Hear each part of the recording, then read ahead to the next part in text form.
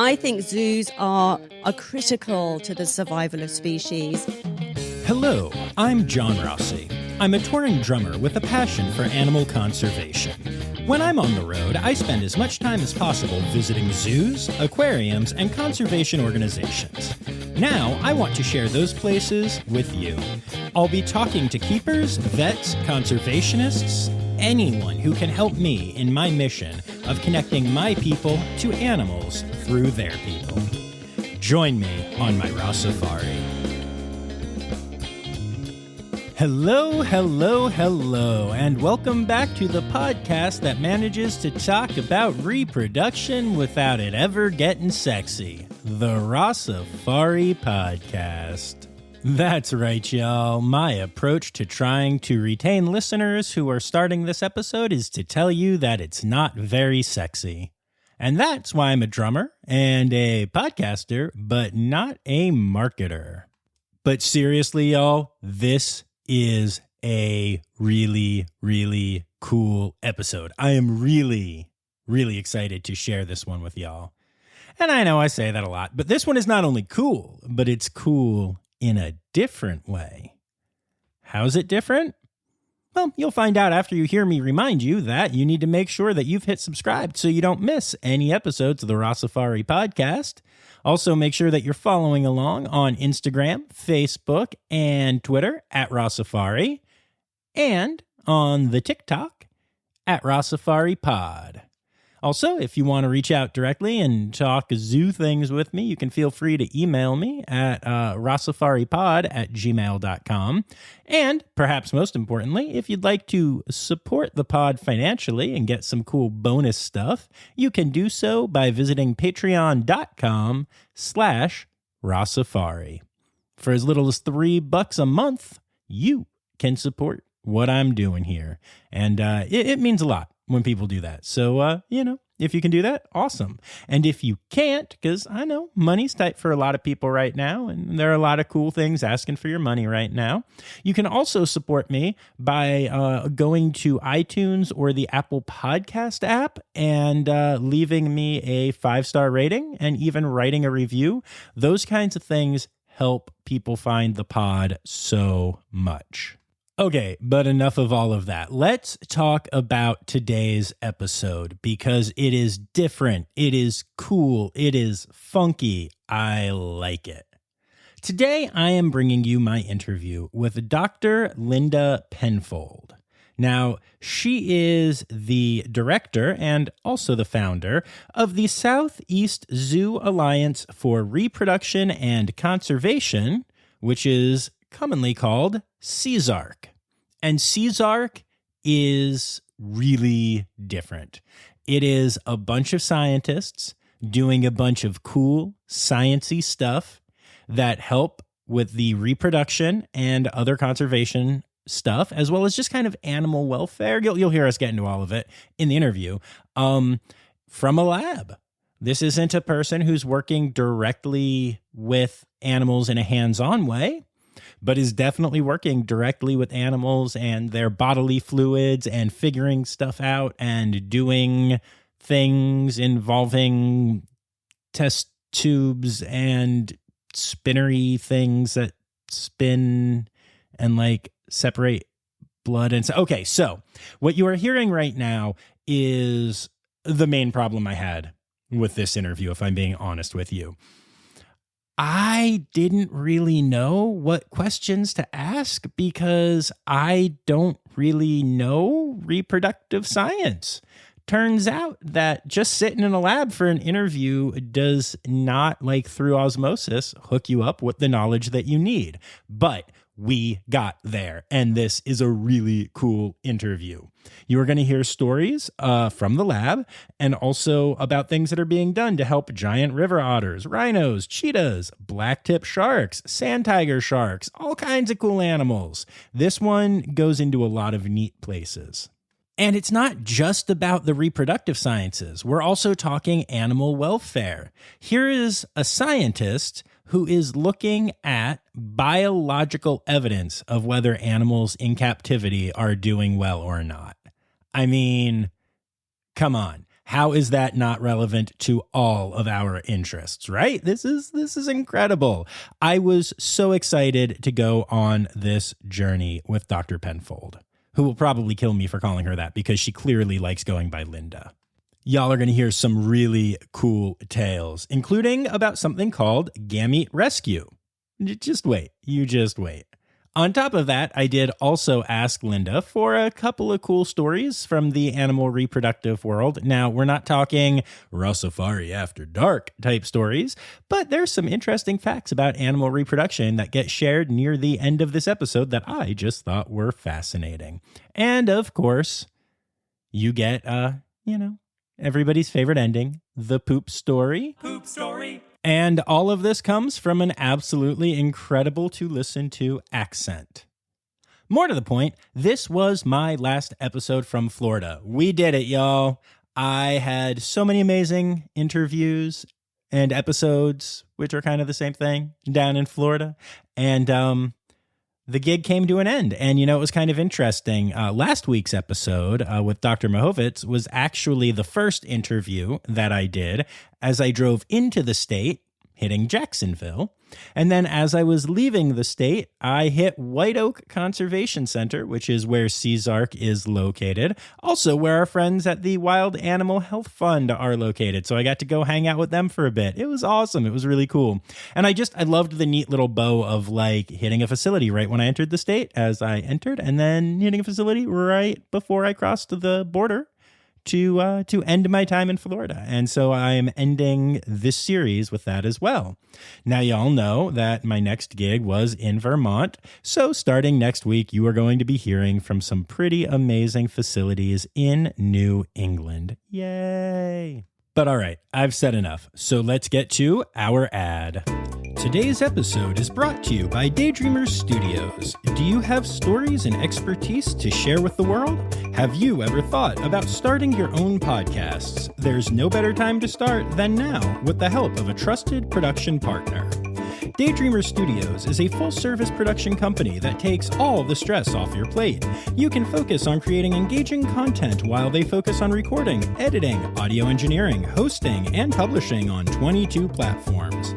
Log into the advanced remote system with one click, and the Daydreamer team will be on the other end, ready for you to record everything you have to say. Owned and operated by Daydreamer Network, Daydreamer Studios continues on the company's mission to empower storytellers of all kinds by making podcasting accessible to all. For more information and current promotions, visit daydreamernetwork.com/studios. All right, and with all of that said, let's get to it. Without further ado, here is my interview with Dr. Linda Penfold, the director of the Southeast Zoo Alliance for Reproduction and Conservation.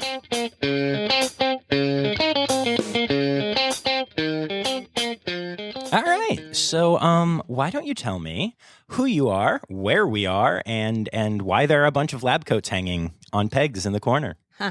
Well, hello, my name is Linda Penfold, and I am the director of the Southeast Zoo Alliance for Reproduction and Conservation, which is a bit of a long name, but it was all about the acronym for the website.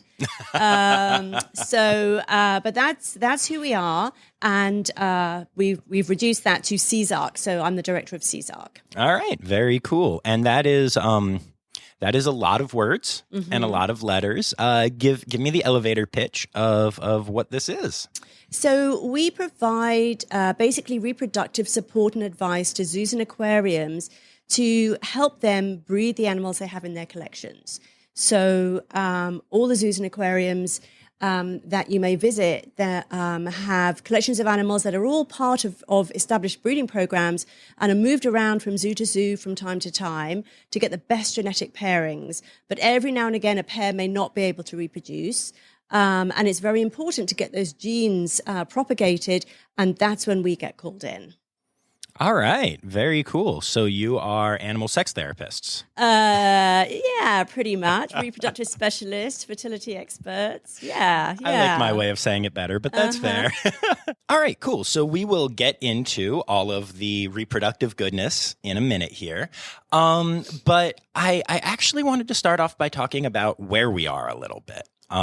Because there's some rhinos out the window, and that's pretty special. So we are here at White Oak, right, which is a conservation center, but we are not a part of White Oak, right? Can you explain to me the relationship there? Yeah, so White Oak Conservation is a very unique facility, and we are extremely fortunate to be hosted by them. So our labs and our offices are based out here at White Oak Conservation, and so we do get to come in every day and see all kinds of amazing creatures on our way to the office. Absolutely. It's really cool that a place like this with so many facilities is willing to share. And you're not the only people that are here. We've also had the Wild Animal Health Fund on before, and they are located here. And I think that's such a cool, underrated service that a facility can provide to other groups and to other, I love the teamwork element of conservation. So I think it's cool. Plus, like I said, there are rhinos out the window, and I just dig it. So, okay, very cool. So we are at White Oak. We are in your lab, and there's so much stuff in here, and I'm just intrigued. It's very, like I said when I walked in, it's so sciencey in here. Do you spend a lot of time in here? This is a very sciencey job for you? Yes, this is one of two labs we have here at White Oak. And then we have a third lab that's in the biology department at University of North Florida down the road in Jacksonville. But this particular lab is our gamete biology lab. And in this lab, we look at lots of samples from animals, including semen samples, to do fertility assessments. And that's some of the equipment that you see here is to help us with that process. Very cool. Very cool. So take me through an average day here. And I know working with animals, there is literally never an average day. But, what is your day like normally? Well, an average day might start with an animal procedure where we are asked to do a fertility exam, and we will start with that, and we will collect our samples, and then we'll come here and examine them under the microscope. We may be freezing the sperm sample for genome resource banking, and that allows us to preserve the genes from that individual for the future. And so even centuries from now, that sample could be thawed and the genes from that individual could be put back into a population to get new genes to get genetically healthy populations. That's absolutely incredible. Is there a large gene bank of animals, especially endangered animals and stuff? Overall, yes, there are many institutions that do genome resource banking throughout the world, actually, but especially in the US. We have one here, probably quite modest, but we focus a lot on some of the Florida species like Florida panther, Florida key deer. So we have our own little niche where we do some of our work. Very cool. Yeah, I was actually, that was going to be my next question was if you actually get to do exams on animals, how do they get here and all of that? But so we're working mostly with Florida species? Well, no. I think we're probably working mainly with the White Oak Conservation species, and we are working with the collection and helping them answer questions they may have about the fertility status of their animals or genome resource banking, some of the valuable males. But we also work with some of the state agencies in the event that a Florida panther is knocked down by a car. If we lose the animal, they're able to recover the testes and ship them to us overnight on a cold pack. And we can recover sperm and freeze those samples so that the genetics of that individual are not lost to the population. And we call that gamete rescue. I am astonished. That's such a cool thing. Okay, so what is the history of this and like how do you guys come up with ideas like that? That's so cool. Well, we're lucky that we borrow a lot of our technology from domestic animals. So back in the 1950s, scientists were working with domestic cattle and with chickens and trying to figure out how to preserve sperm for the future. And the basic technology is all kind of modifications from that. And so we're lucky that for many species, we have what we call model species. So the domestic cat is a model for all our felid species, and the domestic dog for all our canids, and then cattle for all our antelope and hoofstock, and so on and so forth. So that gives us a jumping off spot, so we can then work with the existing protocols and then sort of start from there and develop new protocols, because every different species needs its own protocol. Right. And that, again, for my listeners, is something we also talked about with the Wild Animal Health Fund. Same idea, only here we're talking more reproductive. But we start off with a basic understanding of the species that are studied and that are understood. And then we desperately need to keep looking into each species and subspecies and finding the differences to correctly take care of the health and welfare and genetics of those populations. And so that's what you're doing here? Yeah, that's basically what we're doing here, is trying to preserve the genetic integrity and genetic diversity of our managed populations.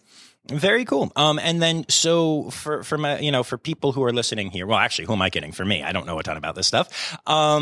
Is the idea here that you would then just use artificial insemination to get the genes back into the population at some point?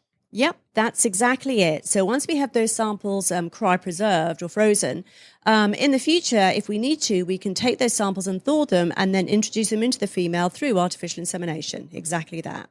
That's really cool. And I vaguely remember reading something, those Facebook posts that pop up. And is it possible to sometimes within a species or maybe within subspecies do like an artificial insemination of a slightly different species, like a northern white rhino into a southern white rhino, something like that? Or...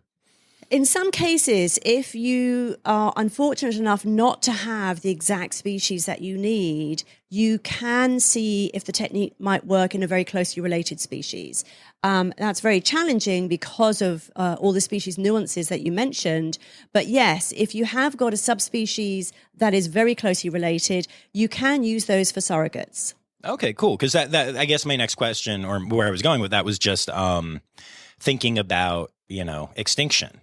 And if we have genes in the bank of animals that will go extinct, how do you bring them back? And that's the first thing that popped into my mind. But are there other ways to do that? Or do we just need to not have Jurassic Park happening, in the real world? It's funny, everyone likes to go down that to Jurassic Park, but it really isn't anywhere near as dramatic as that at all, actually. It's just a question of good management practices and, having that strategy to have sufficient animals in a managed population so that when you do use artificial insemination to get those genes back into the population, you've got enough animals for what we call a viable population. It becomes tricky using surrogates because what that implies is you don't have enough animals for a self-sustaining population in the first place. And so it just introduces a few more challenges, a few more levels of difficulty for us. Okay, that makes sense. So, yeah, I guess, I need to step back for a second. I'm so fascinated that I'm just firing off random questions. But tell me about yourself. What got you into this? What is your history? What's your education like? It's obviously impressive if you know how to use all this cool stuff around here. So talk to me a little bit about what got you into all of this. Well, I had a fascination with reproductive biology when I was at college, and that's what got me into this in the first place. And I actually did a PhD at London Zoo, and so that got me immersed into the zoo field, which is where I discovered how fun the science could be. And then from there, I came over to the United States, and I've worked at the USDA and the Smithsonian, based out of Front Royal, Virginia, before I found myself down here at White Oak. And I worked here for, about 13 years before I founded SEZARC. So I have been extremely lucky to have been immersed in both the science and the zoo world for many, many years, and then just recently branched out into the aquatic. So we're doing work with the aquariums as well, which has been extremely challenging, but very exciting at the same time. Very cool. What kind of stuff are you doing with aquariums? What kind of species are you looking at and everything? Well, we were challenged to see if we could get artificial insemination techniques up and running in sharks. Oh, wow. So that was an enormous challenge, not least because we didn't really fully understand the basic reproductive biology of some of these species. And so this is where the research comes in. So along with the sort of basic day-to-day doing fertility exams and assessing some males in some of the collections, for some species, we don't even know what a semen sample might look like. We don't even know what their hormone profile might look like. And so we have to go back to the drawing board and start conducting basic scientific experiments to understand the basic biology. Because it's only once we understand the basic biology, we can then move towards some of these assisted reproductive techniques that we mentioned earlier. Very cool. Very cool.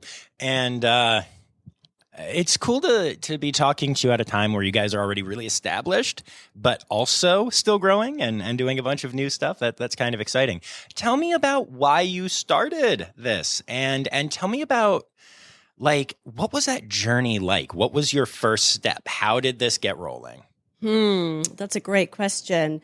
So it was sort of after the economic downturn in 2008, and I found myself out of a position, but still had a lot of support, both from White Oak and from local zoos and aquariums in Florida. And I decided to set up SEZARC, being able to sort of utilize my contacts with these institutions. And as I say, everyone was incredibly supportive and very helpful. And so encouraged me to sort of like start this sort of shared consortium where we could provide this expertise to multiple zoos and then later with the aquariums. And so that's how it got launched. It was extremely nerve-wracking in the early days because I had never run a business before. And there were lots of pitfalls and, mistakes made at the beginning and very much flying by the seat of my pants. But I was also very fortunate in the early years to attract some fantastic members of staff who were able to really focus on the research and the science and allow me to figure out the nuts and bolts of running a business. And I don't know where I'd be without those folks. That's really cool. What were the first, project or couple projects that y'all took on? Let's see now. Some of the first projects that we did was looking at the reproductive biology of giant river otters. That was exciting. Oh, nice. And then we started to get a little bit involved with some sort of antelope contraception work, and then banking some cheetah samples as well. So kind of all sorts of bits and pieces over the years. All right. Very cool. What is the thing that you are the most proud of so far? I think one of the things I'm most proud of so far is providing basically a service for zoos and aquariums where we can help so many of these institutions. So the large institutions often have the funds to have a separate department with scientists to do all the work to help support the collection. But for some of the smaller zoos, they don't have that kind of budget. And so what we're able to do is for a membership, an annual membership fee, they get access to a bunch of reproductive scientists who can come in, help them with their collection, conduct research, support their aquarists or the zookeepers in the work that they want to do, help set them up with research, and really provide those services for them in a way that doesn't sort of require them to have a huge outlay of overhead for having staff and facilities and all this sort of stuff.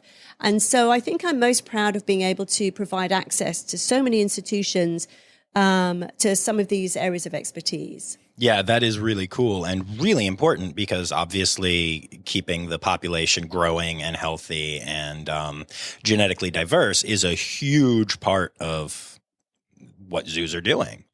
And that's awesome to be able to provide that service. How many roughly members do you have? I think we have about 14 at the moment. Nice. Mixture of zoos and aquariums. And we are, as you say, we're growing all the time. So we are have a couple of institutions who are interested in joining us that we are working with at the moment. So we shall see what the future brings. That's very exciting. So I have to ask, there's a thing behind me that I was told to ask about. So tell me about the R2D2 looking device behind me. So that piece of equipment is a directional freezer. And that is a very sophisticated piece of equipment that allows us to freeze our sperm samples in a way that provides very uniform cooling. So the samples get a very controlled rate of freezing. And that allows us to basically keep more sperm motile at the end of the day once we've thawed the sample. So it's a way of really doing a carefully controlled freeze. And just allows us to really maximize what we're doing. Cool. And it looks like R2D2, so I like it. I feel like, to be perfectly honest with you, I feel like your knowledge and expertise in this area is so far beyond mine that what I'm going to ask you to do right now, this is a little different, but instead of firing a direct question at you, is just tell my listeners more about what you do. Because I feel like all of my questions are missing things because I don't understand what happens here, to be perfectly honest with you. So ramble on, brag about this place, tell everybody all the things. All the things. Well, some of all the things includes the other two labs we have, and that's where we do the endocrine analysis. And we do a lot of work looking at hormone profiles, which allow us to determine if the animal is pregnant or cycling, if an animal has reached puberty. We can even look at stress hormones and see what they look like. And one of the things that's super cool about those labs is not only do we look at the traditional blood samples that you might expect, but a lot of the monitoring that we can do is through animal feces. And what is super cool about that is the keepers are going in anyway and cleaning out every day and collecting the poop, and they can just collect us some samples, and we're actually then able to extract hormone metabolites from those feces and then tell the keepers what their animals are doing. So that is really super cool. It's non-invasive, so the animals aren't stressed out by it, and we can get so much information just from fecal samples. It's amazing. Wow. So y'all basically have poop and blood and sperm and stuff just flying here every day, don't you? Yes, we do. Lots of biological samples, hence the lab coats hanging up behind the door. Fair. Yeah, that's really fascinating. But go on, tell me more. All the things, not just one of the things. All the things. So we also do a lot of work looking at the behavior of animals.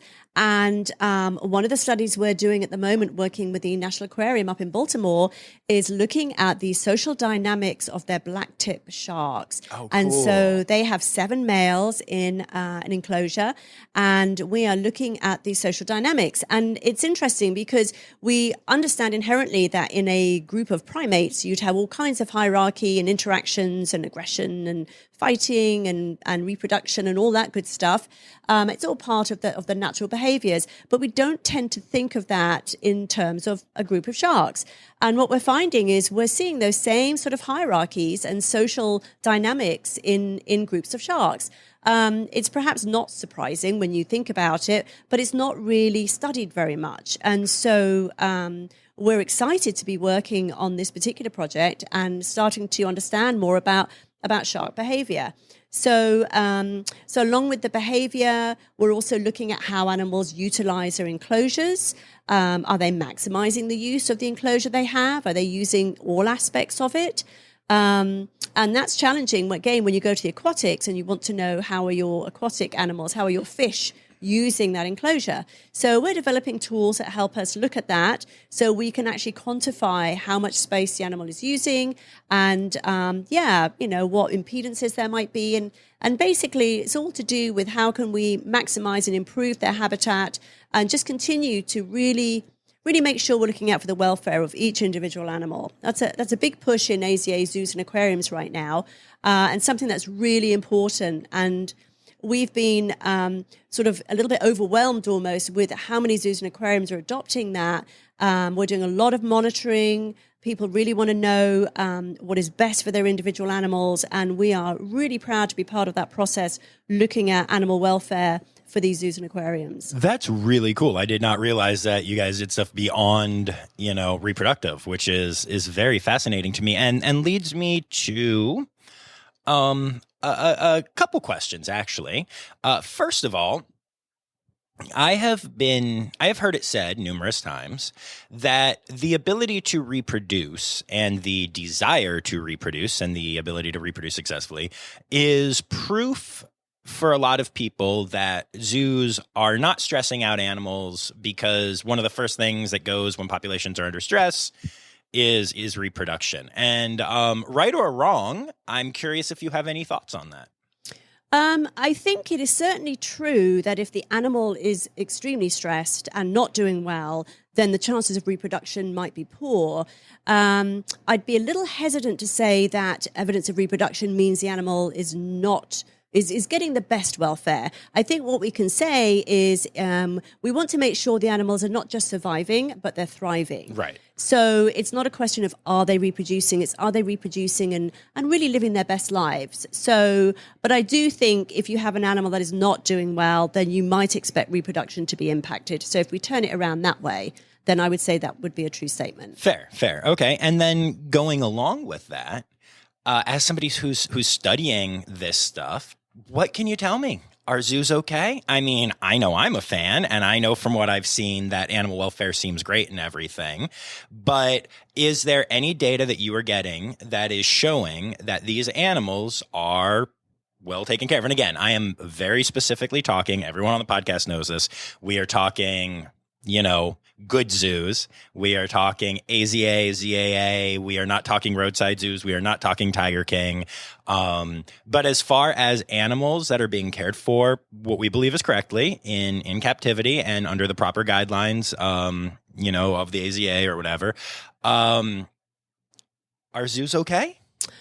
They are way more than okay. Love you for saying that. I think zoos are critical to the survival of species. And as you mentioned, AZA and ZAA set extremely high standards for all their institutions. And this recent standard where zoos are now mandated to have welfare plans for each individual animal in the collection, which everyone was doing on a day-to-day basis inherently, but now we're just taken to a whole new level and having it more basically sort of like written down and recorded. It's just been taken to a whole new level, which I really love. But I think we've learned so much from studying the animals in zoos and aquariums that we can then take to their wild counterparts. And that is what's so critical, is if you want to understand the biology of an animal, you really need to be looking at it day in and day out to get those nuances. And that's really hard to do with an animal in the wild.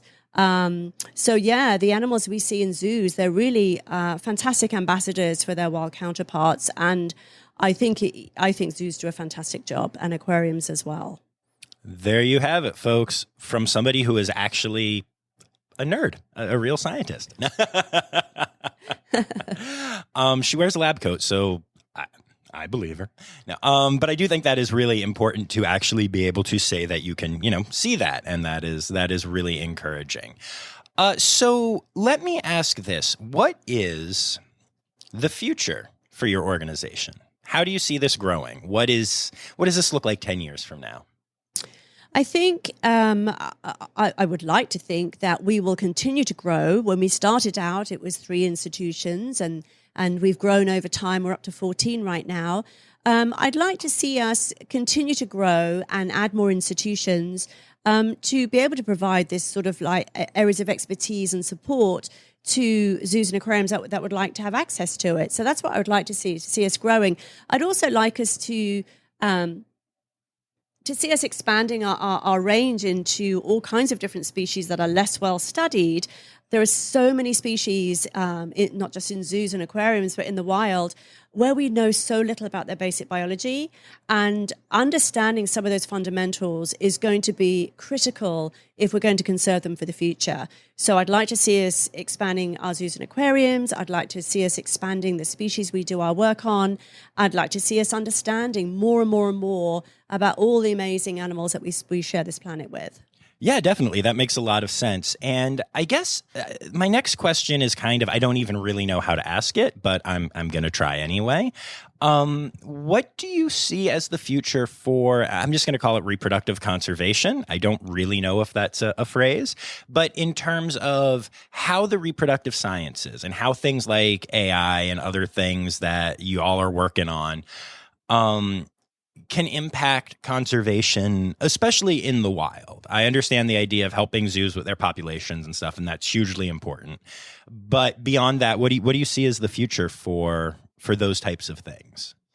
That's a great question. We've had a lot of advances with the assisted reproductive technologies that and have been applied to non-domestic species and endangered species. But it's very intensive and requires enormous amount of resources. So sort of used judiciously, as it's not always perhaps the most practical way. Sometimes it's a last-ditch attempt to trying to work with the species. I think what is really critical for reproductive conservation is to continue with these studies to understand what drives the reproductive mechanisms. And that's going to be increasingly more important for some of these species that are so heavily impacted by the environment. Now we're back to talking about our aquatics, for example, because if we're having climate change, things like ocean warming are really going to impact reproductive rates of some of our species that are driven by some of these environmental factors. So even though we like to talk about the whiz-bang technology like cloning and all that cool stuff, I think what's going to be really important is really getting back to basics and understanding what is the mechanism that induces this animal to reproduce, and how is that going to be impacted if the environment changes. And so more studies along those lines, I think, and how they're going to impact reproduction, I think are going to be critical. With that said, I think this genome resource banking, whether it's banking gametes from coral, from endangered reefs, all the way up to elephants on the savannah, having these genes banked just in case something happens that's devastating is going to be critical. So you've got something that you might be able to work with in the future. Absolutely. And I literally last week was at Moat's Coral Gene Bank. I'm amazed. Actually, one of the funniest things is, so I've been down here in Florida for 6 weeks. I've done something like a dozen interviews. It's been really cool. But the interconnectedness of everything makes it feel like I did this on purpose, and I so didn't. But like, here you are talking about coral gene banking, and you were talking about the Florida panther, and that is also an animal that we've talked about, current conservation efforts with and stuff. Cool. Yeah, even the key deer, I got to see one of those that is at the Santa Fe Teaching Zoo, and they are like really cute and small. But yeah, it's neat how all this stuff is interconnected. And I think Florida, gets a bad rap in the national news a lot. And, there's all the Florida man stuff and everything. And, some warranted, some not, whatever. Well, but what I will say is that the science that is happening down here and the way that the facilities that I've interacted with work together down here is so cool. And, one of the funniest things about it to me is that a lot of the places, not counting the actual zoos, obviously, but a lot of the places that I've been to down here are not open to the public, or, do like private tours or something like White Oak or whatever, are not super talked about in the general public. Like, even if people know about White Oak, they don't know that you're here doing this amazing work as a separate organization, and also a lot of them are down like dirt roads where you see a bunch of, people who maybe don't necessarily believe in the sciences are living there, and based on the flags hanging outside of their houses and stuff. And then you drive another mile and you're at this incredible conservation center and you're talking to people doing state-of-the-art science to save animals. And I have just found that juxtaposition so fascinating. It's got to be cool being down in Florida working on all this stuff. It's super cool being here in Florida, and the level of collaboration, not just within Florida, but throughout the US, is phenomenal. And I think people that work in zoos and aquariums as a profession, they are highly collaborative. And that's because they've got one thing that they're focusing on, and that is preservation of all these species. And so they're working really hard to have these population zoos and aquariums, both for education and for research, and just to better understand these biological systems so we can help their wild counterparts. So everybody is working together to try and, crack these mysteries and solve these puzzles. And it's challenging, but it's super fun to be part of all that. Yeah, I would imagine so. Very cool. So let me ask you, do you ever miss or do you ever wish that you got even more hands-on time with animals? I mean, I feel like you're working so hard to save species and then you're in a lab a lot, and that's great. And I know that you are very passionate about what you do. But do you ever wish that you were more hands-on, or do you love going to zoos on your day off or anything like that? I do love going to zoos on my day off and aquariums as well. That's super fun. But I have a bit of a guilty secret that I'm now going to share with the world. I am super excited about the question, about the puzzle that I'm trying to solve. So I love working with animals, and I have a fantastic time working with all the folks that do work with the animals, but I'm not itching to get my hands on the animal per se. I am itching to get into the lab to try and see if I can discover the reasons behind why things do what they do. So I am indeed a nerdy scientist. And so I am perfectly happy in my lab. And that is where I'm really fulfilled, and that is where I get really excited, is just discovering new things. I mean, that's absolutely awesome, and obviously essential to have people like that. It's probably a weird comparison, but people always ask me as a drummer, don't I wish that I was the front man? Don't I wish that I was the one, getting the biggest cheers and everything? But it's the same thing. I really love sitting behind the people and assisting and knowing that when you're playing your guitar solo, I can find a beat that's going to make it a little funkier and a little better and make you play better and stuff like that. And that's what I love about performing. I love that far more than I love even taking a drum solo and making the audience cheer or whatever. I think it's really essential that there are people who enjoy the behind the scenes work and hiding in their lab coat or behind their drum set or whatever. And I realized that I totally just compared reproductive science to drumming, and that's probably a stretch now that I think about it. But I do think that it's pretty important that, behind the scenes people have a passion for what they do, just like so many keepers do, To me, it always comes back to passion. That has been the biggest theme on this podcast. I would agree 100%. Awesome. Yeah. So, other than, yours, are there any conservation organizations that you like and just love to talk about or give a shout out to or anything like that? Oh my gosh, there's so many. Coral Restoration Foundation down in Key Largo, AZV Wild Animal Health Fund, of course. Of course. Oh my gosh, now I'm put on the spot. Let's see, what else is there? Not necessarily a conservation institution in and of itself, but you should check out Spot a Shark out of North Carolina. Spot a Shark USA, very cool program. Gosh, what else? So many. International Rhino Foundation, Cheetah Conservation Fund. Yes. So many great institutions out there. It's just hard to name them all. Nah, that's fair. That's very fair. Speaking of cheetahs, I don't know this. I might cut this whole thing if the answer is no. We'll see. But speaking of cheetahs, do you know anything about Dave and Adrian at Columbus, the first successful AI cheetahs? I think they were AI, or was it in vitro? It might have been in vitro fertilization. I confuse those two because I'm a dork. But do you know anything about them, or am I just barking up the wrong tree here? I do know about that. That was super exciting. Our colleagues at the Smithsonian had done some fantastic research with the Columbus Zoo to produce those cubs. And of course, I trained with that group out of the Smithsonian. Nice. So again, part of that small world, highly collaborative, but so proud of the work that's being done up there. That was absolutely amazing and a real breakthrough and just fantastic science. So yeah, that's super exciting. Yeah, I really love the work that they do there and got to see them when they were little cubs and everything. And they're very special cheetahs to my heart. So I thought I'd ask. And I have to tell you, by the way, I'm incredibly jealous that you've gotten to work up at Front Royal. I'm obsessed with that facility. I have been there once. I have talked to a couple of keepers there. I think we're going to try and get them on the pod at some point. But what an amazing place. I loved my time at Front Royal. I love the people. I love the facility. I love the area.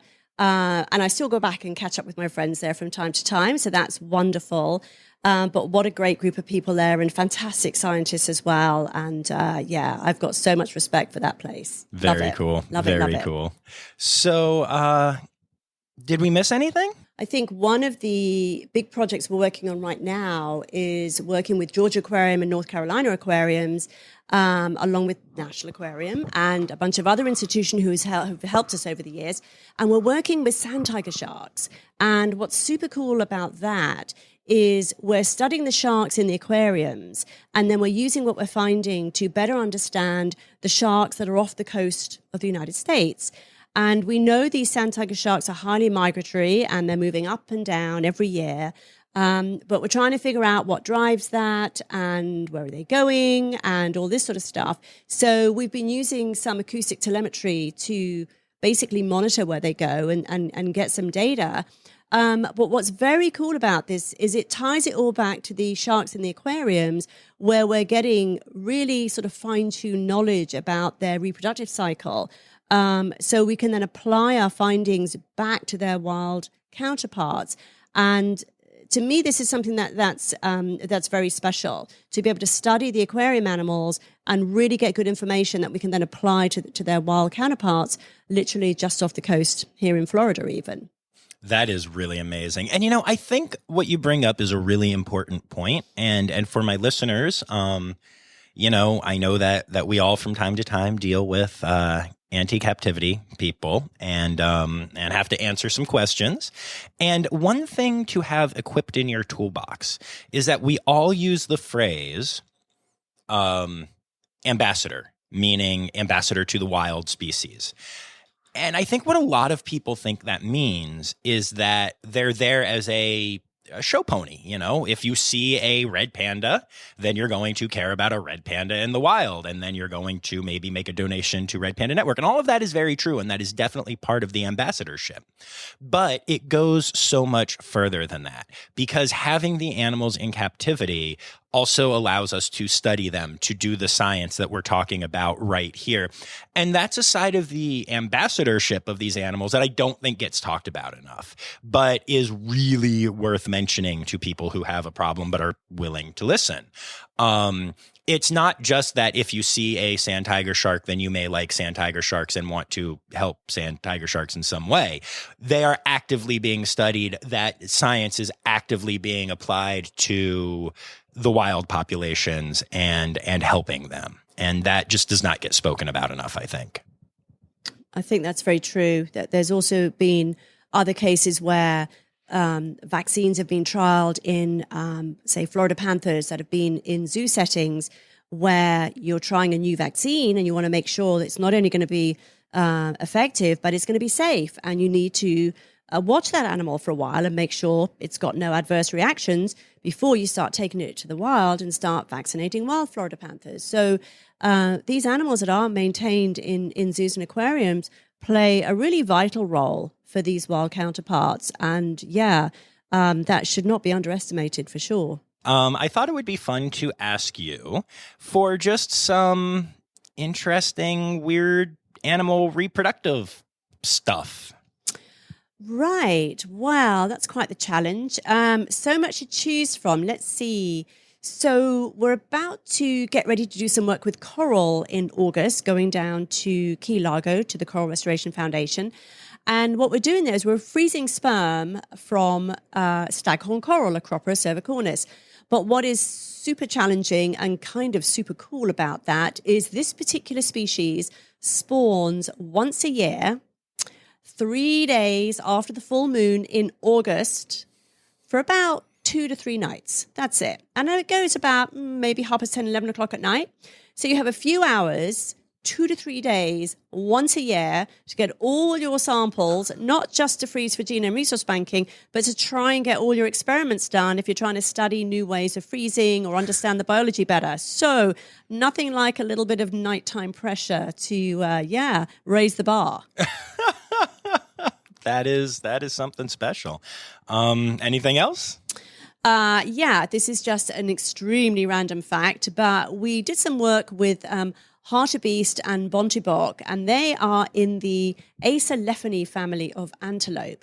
And we were doing semen collections from these guys, and what we noticed, this particular family, for some reason, the semen is pink.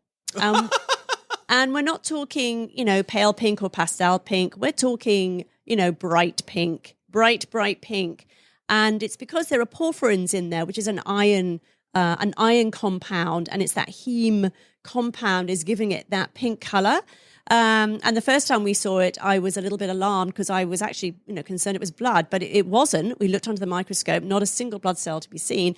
And it just happens to be a distinguishing fact of this particular group of antelope that they have pink semen. So there you go. Now you know. I am so sick of people saying that pink isn't manly, and that just proves it right there. Exactly. That's amazing. And how about one more? The other fact I have, reproductive fact, goes back to the sand tiger shark, and they are unique of the shark species in that their mode of reproduction is they ovulate the eggs, and the eggs go into the uterus, and they start to hatch in the uterus, and then the embryos are swimming around in both the right and the left uteri. But the first one that hatches is usually the biggest one, and the biggest embryo will eat all the other embryos and then all the eggs until there's just one embryo in each uterine horn.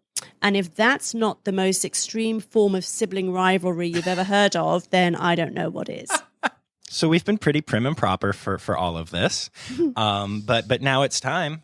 It's time now, don't you know? We've come to the end of the show, but there's one tale left to go. You're gonna laugh and say, oh no. It's time for the Ross Safari poop story. Hit me. Let's see. Yeah, well, we certainly do a lot of work with poop. And I think our favorite is working with the koala, because all they eat is eucalyptus. So it's like a spa day in the lab if we're working with koala poop. That's great. And not quite so great is if we're working with something like fishing cat, carnivore that eats fish. So you can only imagine. So, so very exciting. Lots of information, though, just from the poop. And so, that's the scoop on poop. Love it. Love it. So the less smelly, the better for you? Not scientifically, personally. Oh, personally, yeah. Give me herbivore anytime. Yeah, absolutely. Fair. Cool. Well, thank you very much for doing this. I appreciate it. Thank you very much for having me.